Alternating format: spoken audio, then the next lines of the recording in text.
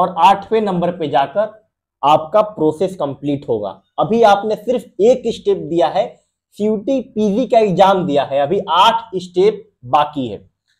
नमस्कार, कैसे हैं आप सब। जब से सीयूटी पीजी का एग्जाम हुआ है तब से आप सबके मैसेज आ रहे थे कि प्रैक्टिकल एग्जाम रिजल्ट, अब इसके बाद का प्रोसेस क्या है, कैसे है। इस वीडियो में हम सारी चीजों को समझेंगे। और जब भी हम सीयूटी पीजी की बात करते हैं तो यूनिवर्सिटी वाइज सारी चीजों को समझना होता है। और जब भी हम म्यूजिक जैसे सब्जेक्ट की बात करते हैं, यानी ऐसे सब्जेक्ट की बात करते हैं जहां पे प्रैक्टिकल राउंड भी होता है, सिर्फ आपका रिटेन से सिलेक्शन नहीं होने वाला है अच्छी यूनिवर्सिटीज में। इनफैक्ट सीयूटी पीजी के अंदर जितने भी यूनिवर्सिटी आती है सब में प्रैक्टिकल एग्जाम आपका होगा ही होगा। अगर आपको बेहतरीन यूनिवर्सिटी से मास्टर्स करना है संगीत में तो आपको प्रैक्टिकल एग्जाम देना होगा, तभी आपका सिलेक्शन होगा। सिंपल सी बात ये है। लेकिन जब भी हम प्रैक्टिकल की बात करते हैं तो आप ये समझिए, अच्छा कई लोगों को ये लग रहा है कि सिर्फ रिटन एग्जाम से हो जाएगा, वो कह रहे हैं रिजल्ट कब आएगा। ऐसा नहीं होता है। संगीत से आप पढ़ाई कर रहे हैं और प्रैक्टिकल राउंड होता है, ध्यान रखना आप सबको, ठीक है। तो सबसे पहले हम प्रैक्टिकल की बात करते हैं तो आप ये समझिए कि जितने भी यूनिवर्सिटीज हैं इन सब का प्रैक्टिकल अलग अलग होता है। इसका मतलब क्या है, देखो आपने सीयूईटी पीजी का एग्जाम दे दिया, एक साथ दिया सारे यूनिवर्सिटीज के लिए, जिसको एनटीए ने ले लिया, बहुत अच्छा काम किया। अब क्या होगा, एनटीए आपको एक मार्कशीट पकड़ा देगा, यानी आपको एक स्कोर कार्ड पकड़ा देगा। 300 नंबर का आपका एग्जाम था ना, अब 300 नंबर में बाय द वे आपके 200 नंबर आ गए, ठीक है ना। या मैं कम ही पकड़ लेता हूं, क्योंकि कई बार लगता है ना कि अगर हाई कट ऑफ नहीं जाएगा ना तो प्रैक्टिकल के लिए कॉल लेटर नहीं जाएगा। ऐसा नहीं होता है, प्रैक्टिकल की सबको कॉल लेटर जाएगा, परेशान मत हो। बाय द वे आपका 150 नंबर ही आया, तो ये नंबर जो है आपको बस एनटीए पकड़ा देगा। अब इस नंबर को क्या करोगे, आप लेकर यूनिवर्सिटीज में जाओगे।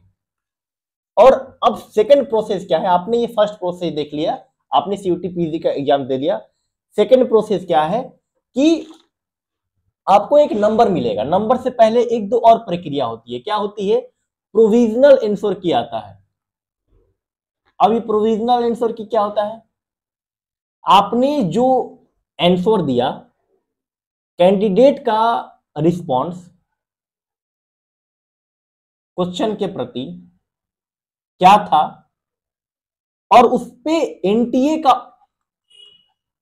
आंसर क्या था, यह आपको बताया जाएगा। तो प्रोविजनल सबसे पहले आंसर की आएगी, जिसमें आपको पता चल जाएगा कि आपने कौन सा उत्तर सही किया और उस उत्तर को क्या एनटीए भी सही मानता है कि नहीं मानता है।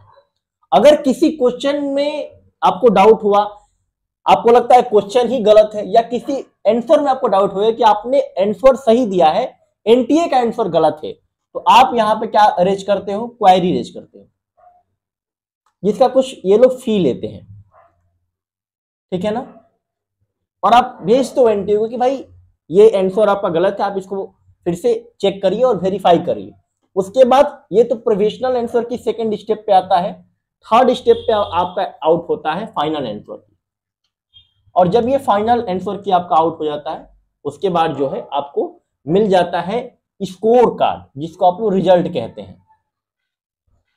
तो ये थर्ड स्टेप में आपको मिलता है, ठीक है। तो मान लीजिए आपको रिजल्ट में मिल गया 150 नंबर। अब क्या करोगे, फोर्थ स्टेप में आप इस 150 नंबर को लेके यूनिवर्सिटी में जाओगे। किस यूनिवर्सिटी में जाओगे, मल्टीपल यूनिवर्सिटी में आपको जाना है, ठीक है ना, अगर आप वहां पे जा सकते हो तो।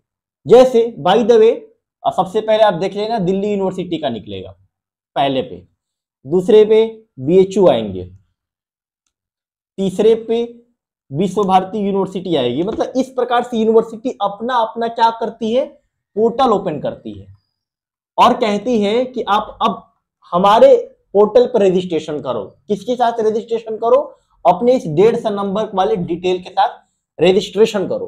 तो यूनिवर्सिटी क्या करेगी, अब एनटीए का काम यहां से खत्म हो जाता है, वो बस आपको नंबर दे दिए कि भैया आपका 150 नंबर आ गया।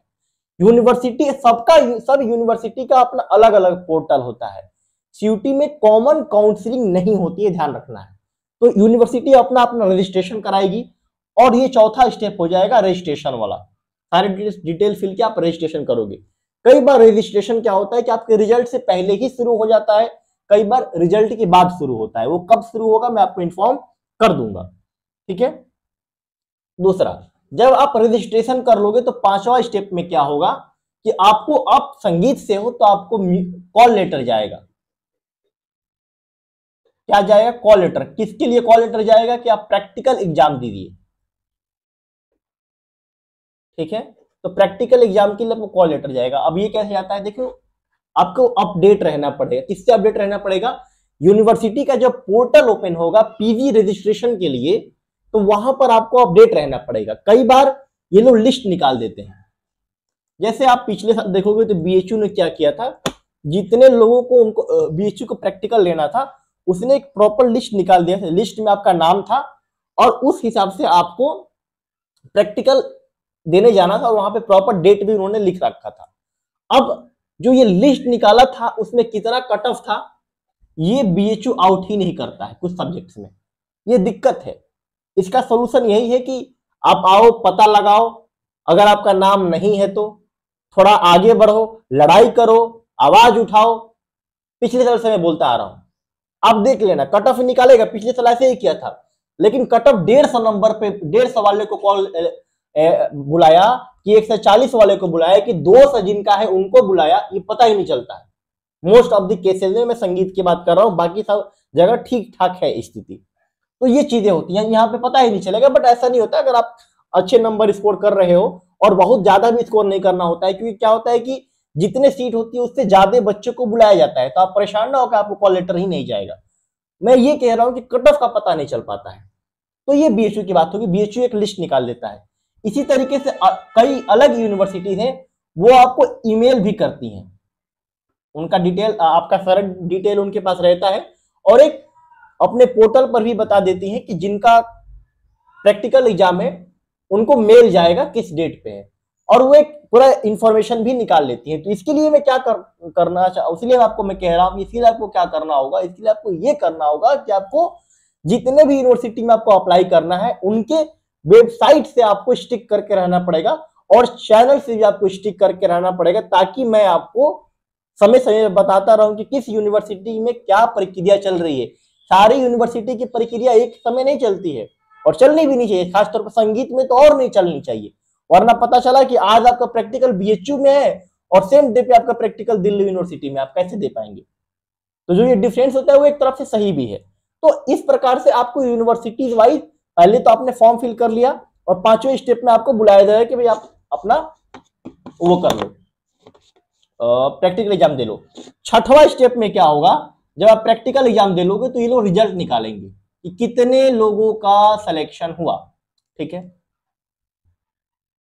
कई बार ये रिजल्ट पब्लिक होता है और कुछ यूनिवर्सिटी में ये रिजल्ट पब्लिक नहीं होता है कि कितने लोगों का सिलेक्शन हुआ। ये मैं क्या कह रहा हूं, ये मैं जो कह रहा हूं आपको धीरे धीरे समझ में आएगा, ठीक है। तो ये आप रिजल्ट निकालेंगे और रिजल्ट के बाद आपसे कहेंगे कि अगर आपका सिलेक्शन हो चुका है तो आप पोर्टल पर जाकर पेमेंट कर दीजिए।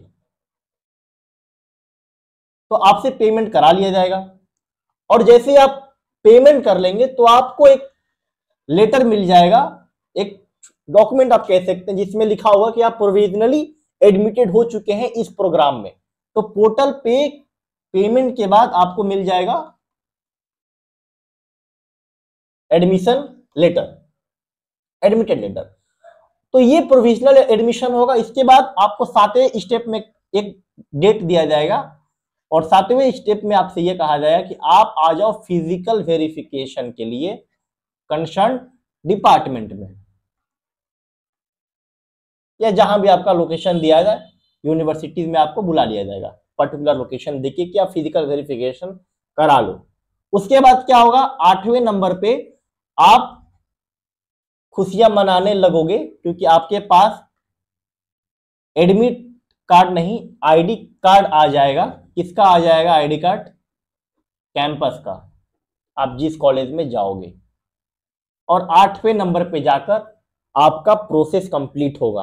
अभी आपने सिर्फ एक स्टेप दिया है, सीयूटी पीजी का एग्जाम दिया है, अभी 8 स्टेप बाकी है। ये पूरा प्रोसेस है। दूसरी बात क्या है कि सीयूटी का एग्जाम आपने दे दिया, अब रिजल्ट कब आएगा? देखो 15 अप्रैल तक का गेस किया जा रहा है, अंदाजा लगाया जा रहा है। 15 अप्रैल तक आपका प्रोविजनल आंसर किया जाएगा। उसके बाद आपको लगता है किसी आंसर में, किसी क्वेश्चन में गलती है एनटीए की तरफ से, तो आप उसको रेज कर सकते हो, ठीक है ना, कुछ फी लगते हैं। और उसके बाद 1 हफ्ते 10 दिन का और टाइम लगता है। तो आप यहां से लेके चलोगे तो 25 अप्रैल तक आपका फाइनल रिजल्ट आपके हाथ में होना चाहिए। अगर सब कुछ ठीक रहा तो 25 अप्रैल तक ये लोग दे देने चाहिए, ठीक है ना।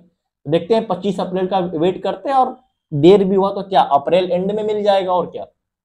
और जैसे ही रिजल्ट मिल जाता है आपको ये सारी प्रक्रिया को फॉलो स्टार्ट हो जाएगा। आपको सबसे पहले आप यूनिवर्सिटी पे जाके फॉर्म वगैरह फिल करना होगा। तो ये सारी स्टेप हैं। मैसेजेस आ रहे थे कि आपको इसके बाद क्या करना है, कैसे करना है। एक मैंने पूरा स्ट्रक्चर आपको बता दिया कि क्या करना है, कैसे करना है। अब जैसे इस पूरे स्टेप में अपडेट आएगा मैं आपको इन्फॉर्म करता रहूंगा। अभी तक के लिए बस इतना ही। लाइक शेयर सब्सक्राइब करिए। किसी और टॉपिक पे वीडियो बनाना है सीयूटी पीजी से रिलेटेड तो कमेंट कर दीजिए, वीडियो आपको मिल जाएगा। धन्यवाद मित्रों।